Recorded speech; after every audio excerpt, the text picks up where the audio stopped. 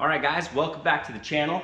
Today I've got Brett Hunter's CRX here. So he does a lot of rally racing with this little hot rod CRX. He calls it the zombie CRX because he rescued it out of a junkyard. You guys have seen it on the channel. We've done some dyno videos on it. Well, we've had a bug, put a rye wire harness on it. It had Honda, ran that way for a long time, and then all of a sudden the Honda started acting up. It went bad. So we converted everything to fueltech. We still use the rye wire harness, but then we put a jumper harness to it, to an FT 550. Now the 550 at the last race, the screen just went dark and wouldn't start. So he brought it back. We had the ECU repaired. It showed that there was a short from something.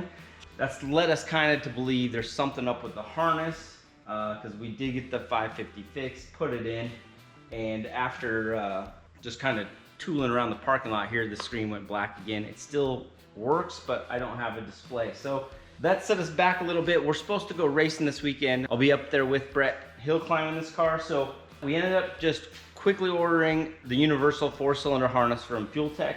I'm gonna go ahead and separate the engine, all the engine stuff away from the chassis harness and see if that'll fix it. I'm kind of praying that fixes this, or I can find what the problem was along the way, but there's got to be a short in this car somewhere, and it's really getting irritating because, well, we need to go racing. We're supposed to go racing this weekend. I only got a few days to knock this out, so I got to get on it. So I figured you guys could join me, so let's get to it. Let's solve this problem and get this beast out there ripping. I'll follow this video up with us up at the hill climb, and we'll be ripping this bad boy, hopefully. I'm praying, so let's get to it. Let's have some fun, and let's get going. The wiring in this thing's always been kind of a rat's nest. We've got a lot going on here, and probably first is I have to solve what is going on with all of this. And then back here with all of that and that. So I got kind of, you know, it's not a terrible rat's nest, but we have a lot of stuff going on, and I need to find out what's what in here. This is just such a silly problem. I originally thought maybe the screen had a problem because it was mounted to this bracket and it wasn't rubber isolated, so I did rubber isolate and mount the ECU, so it's all soft mounted now. But I really need to find what is causing this. It doesn't make a whole lot of sense. This should be very simple. I think I'm just gonna try to clean it up, make it even more simple, and hopefully we can just get our way through this and make this happen. Now my personal thought is I don't think it's the rye wire harness itself necessarily, but maybe this chassis adapter, but I'm not exactly sure. And that's kind of why I want to just start fresh, really just solve it and get it away from anything that could cause any kind of short or open. There's just so much going on in here. It does not look fun. It's kind of overwhelming at the moment, but like I said, I don't have a lot of time, so I gotta solve this thing, and I gotta solve it quick. I figure I can just put the fueltech on its own on-off switch, have its own big powers and grounds back to the ECU, and leave this chassis stuff alone. And I think that should possibly solve it. I'm praying. I really want Brett to do good. This car has done very well at many events, but once there started to be this little electrical bug, it has been an issue. So sometimes you gotta take a step back to go forward, and that's where we're at. All right, guys, so we're gonna have some adjustments we gotta make to the tune to use this harness, but this is the universal 4-cylinder harness. Comes pre-done with the relays all on it. The only thing I'm gonna have to add is relays for my output, which I have a big water pump and I have VTEC. So let's get this baby put in the car.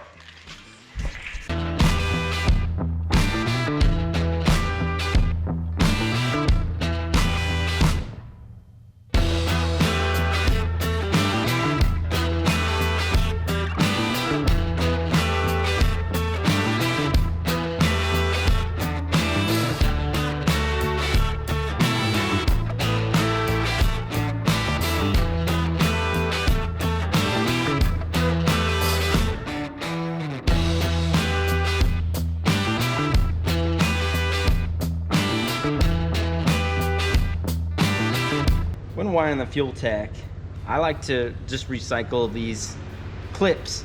A lot of people, like, you can go buy new ones, but we're always on a budget, and honestly, there's nothing wrong with this clip. You can find them broken every now and then, but you inspect them first. But it's really simple to use. So I need to do the coolant temperature sensor real quick. We start by popping this little white clip out. Okay, but they do just pop out. And then you've got the clips here, and I like to use these little tools right here. They work pretty good. But also, we've got this little rubber seal in the back. Now you gotta kind of dig that thing out. We need to reuse it. Kind of need a big tool. All right, so we got that rubber seal. All right, and that opens it up like that. And then we take this tool here, and there's a little tab right up in here. We lift it up, and then we can pull the wire out. So lift the tab up, slide the pin out. That's it. Sometimes they can be a little sticky, and sometimes you got to push it forward to get it back out. Sometimes it just gets wedged into that little lock. See, sometimes I even struggle. It's okay to struggle. All right, so lifted it up, pin out. All right, now we got a blank little receptacle. I already got these stripped, and these ones do not need the little rubber boots, but we do need to slide our little rubber seal on. These are kind of the questions people ask me all the time, is how do you get these off, how do you do that, how do you wire this stuff? All right, so then we got our little clippers. Now these pins, you can see the design. So if you were searching this pin out, if you ever use the Bosch 2200cc injectors, it is the exact same pin as all these Honda plugs. So that makes it kind of easy.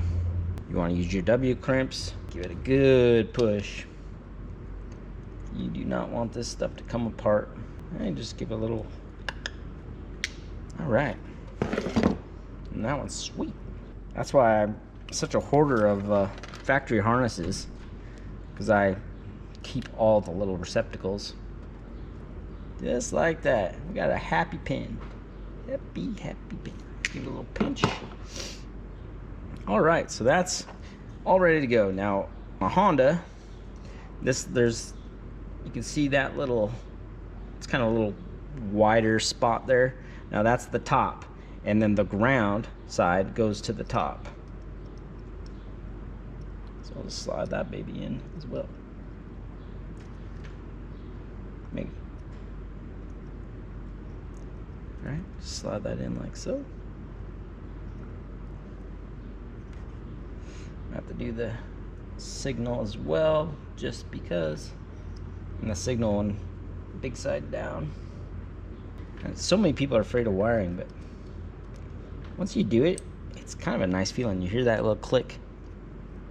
Once you do it, it definitely is a rewarding feeling, and don't be scared of it. A lot of times we're just scared because we don't know exactly where the pin goes.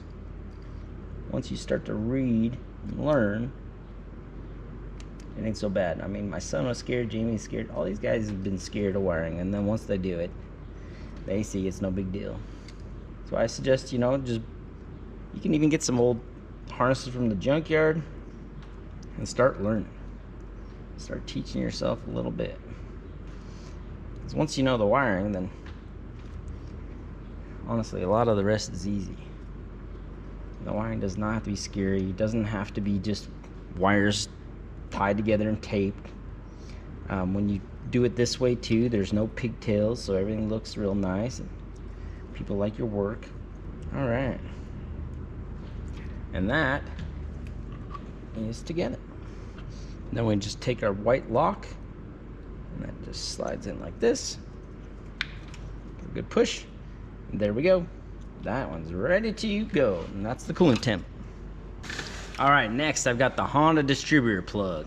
So we've got to connect the fueltech to the Honda distributor, and I'm going to show you how to do that now. So I need to start by popping the white clip out, just like we did on the coolant temp sensor, and then I need to pop all these wires out.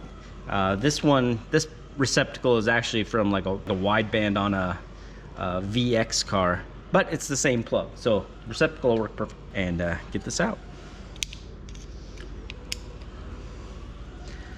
Simple enough. All right, and then these, I come up from the bottom, so, and I just give it a little lift. Find the wire. Let's do this again. Okay, find the wire. Give this a little lift from the bottom, not the top of the tab, and it comes right out. So on the coolant temp sensor, we had to lift the tab.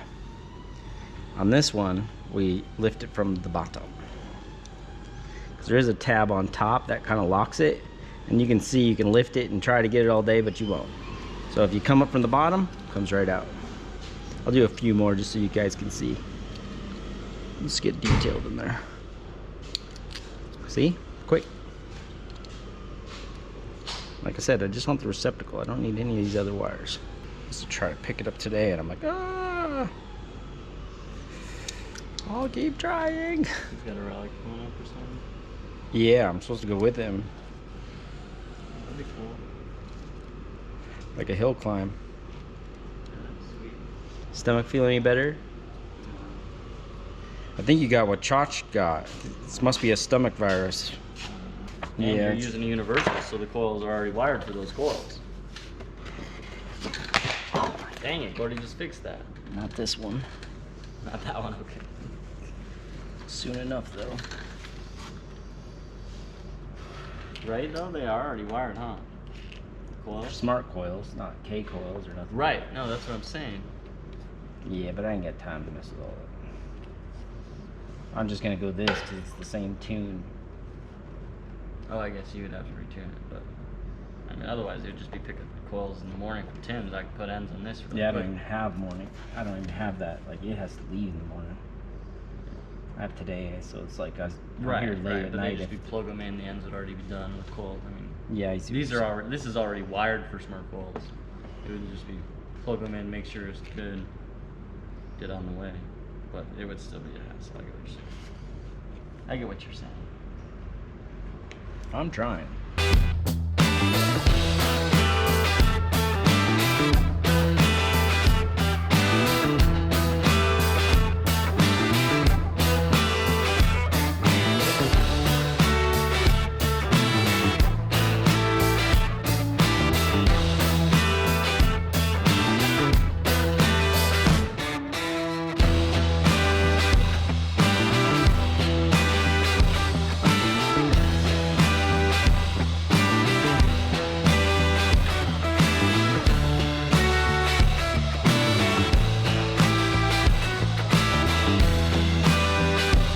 Okay, so the factory Honda distributor, they just got VR sensors in it, which means it's a magnetic sensor. So on the universal harness, we got to use the VR trigger stuff. Red wire here, this one goes all the way back. Alright guys, this red wire here, this one goes all the way back to the dash ECU, and that'll be our crank sensor.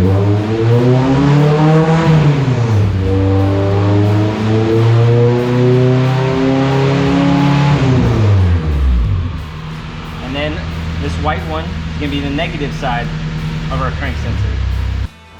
Okay, I don't know how long the camera shut off on me for, but I was wiring up the distributor plug, which is their crank cam trigger, and our igniter for the distributor.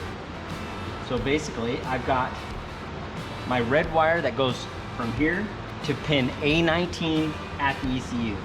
And then I've got my white negative side to A18. So the two of those are taken care of.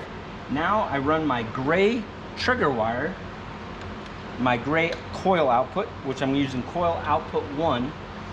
So on the budget harness, I'm going to pull this gray wire out of this plug here. I'm going to run it along in this one, and then it comes into this pin right here where the factory igniter would get its trigger. So that's what triggers all of this. Then I just have a power that'll go to the 2-pin on the other side on the distributor, and then that takes care of all the distributor functions altogether. So I need to dissect this one steal the power and the trigger, and then we're good.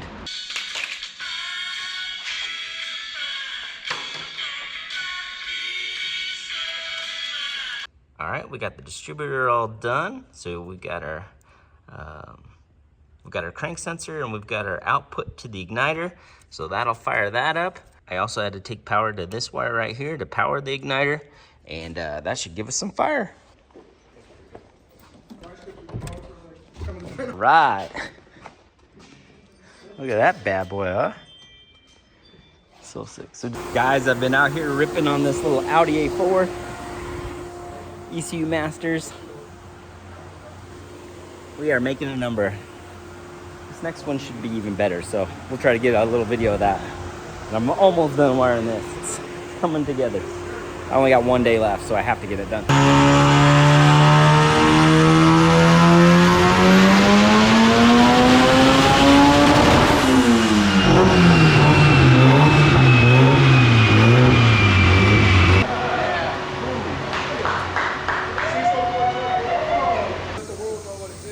There's where we finished off. 604 foot-pounds of torque. Holy shit. All right, guys, I got going, but I got it running. We're having a couple little bugs with the wideband, for some reason not associating, so we're working on that, but. Woo-wee.